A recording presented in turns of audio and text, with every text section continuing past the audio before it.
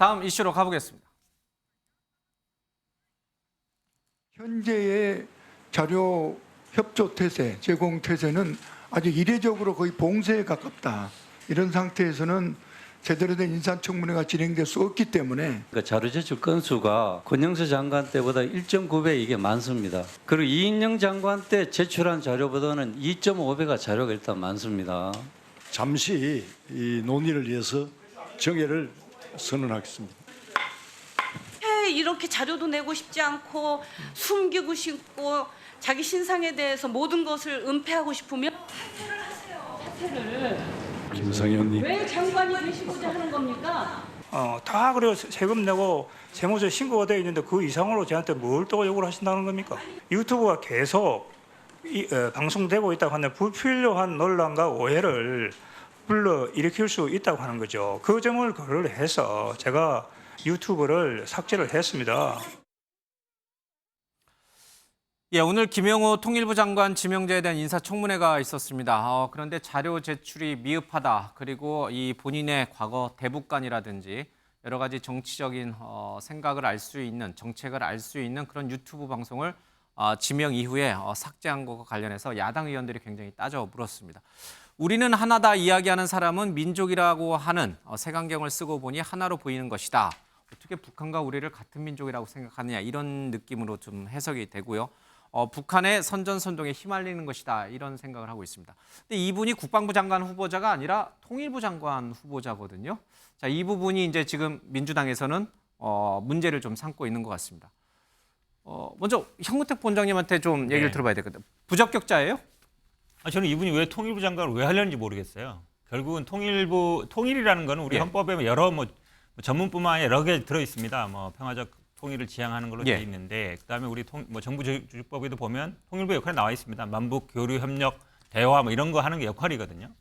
근데 이분 보면은 북한은 붕괴시켜야 되고 전복시켜야 되고 이렇게 말씀하시는 분이란 말이에요. 저는 오히려 국방부 장관으로서도 부적절한 것 같습니다. 국방의 개념도 기본적으로 약간 우리가 북한을 점령해야 되겠다. 그렇게 하진 않거든요. 북한이 만약에 침략할 건 우리가 방어하고 그다음에 우리가 나갈 수 있다. 이 정도 개념이지 우리가 먼저 쳐들어간다. 이건 없어요. 침략 전쟁을 부인하고 있지 않습니까? 우리 헌법에도. 그런데 물론 대학에서 교수하시고 이런 분이 유튜브에 나와서 극우 유튜브에 나와서 북한은 빨리 망해야 되고 우리가 체제로 통일해야 되고 지금 말씀처럼 민족이라는 거는 색안경이고 이러면 통일부 장관 왜 하죠? 어쨌든 법에도 안 맞고 통일부 역할에도 안 맞아요. 그러면 제가 보기엔 통일부 장관 하려고 하는 이유를 잘 모르겠어요. 야당이 이렇게 반발할 것이 예상이 됐었는데 대통령은 왜 김영호 통일부 장관 교수를 통일부 장관 후보로 지명을 했을까요? 일단 통일부 역할에 대해서 윤석열 대통령이 과거의 통일부 역할이 바뀌어야 한다고 얘기하지 않았습니까? 북한 지원부라고 불릴 정도로 과도하게 이 북쪽의 입장을 반영한, 그리고 우리의 목소리, 우리의 색깔을 드러내지 못했던 통일부의 역할은 더 이상 안 된다. 우리가 자유라든지 인권, 이 문제에 대해서도 얘기를 할 수 있고, 북에 대해서. 그다음에 국제법 위반과 같은 사안에 대해서도 할 말 할 수 있는, 북에 대해서 할 말을 할 수 있는 통일부가 되어야 하고, 그럼으로써 통일 이슈에 관해서 우리가 주도권을 가져갈 수 있는 그런 상황이 되어야 한다.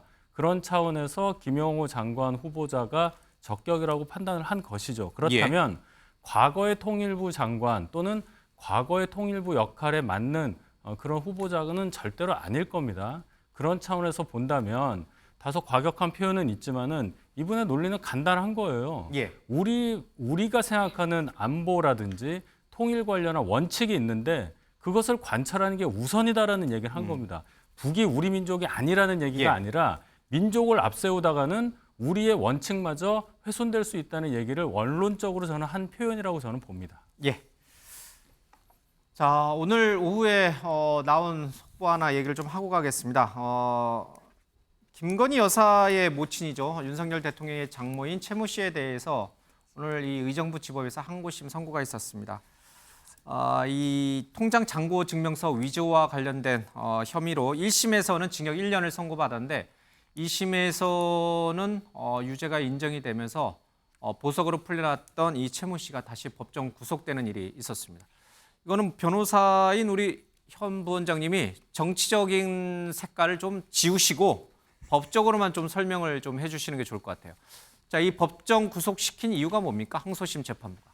일단은 뭐 형량 같습니다. 1심에서 징역 1년이었고 2심에서 예. 징역 1년이었기 때문에 아마 뭐 그 형량이 달라지진 않았는데 본인이 아마 제법 이런 것 같습니다. 이게 잔고 증명이라는 게 아시겠지만 이제 은행에 내가 돈이 얼마 있다. 이거를 어쨌든 제시하는 거는 상대방한테 내가 돈이 이렇게 많다. 그러니까 이런 땅을 살 수 있다든지 아니면 뭔가 이게 보여주는 거거든요.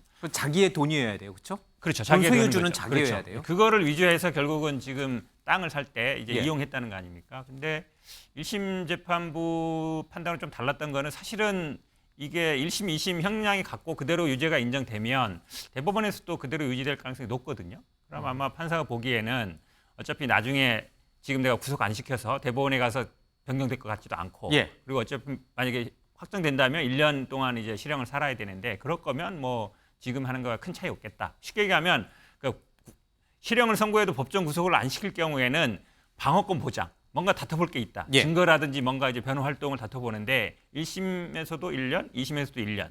그럼 대법원 가서 크게 달라질 것 같지 않고 그러면 어차피 큰 결과 달라지지 않는다 그러면 방어권 보장에도 큰 영향이 없지 않겠냐 이렇게 판단한 것 예. 같습니다. 이 문제는 이 김건희 여사의 모친이고 윤석열 대통령의 장모이긴 합니다만은 이게 무슨 뭐 권력형 문제, 비리나 이와 관련된 것들이 아니고 철저히 개인적인 사인의 문제이기 때문에 이걸 가지고 뭐 정치적으로 유리하다, 불리하다, 뭐 정치적으로 공격의 대상으로 삼다 이거는 좀 적절치 않은 것 같습니다. 자, 이 정도에서 이 문제는 접겠습니다.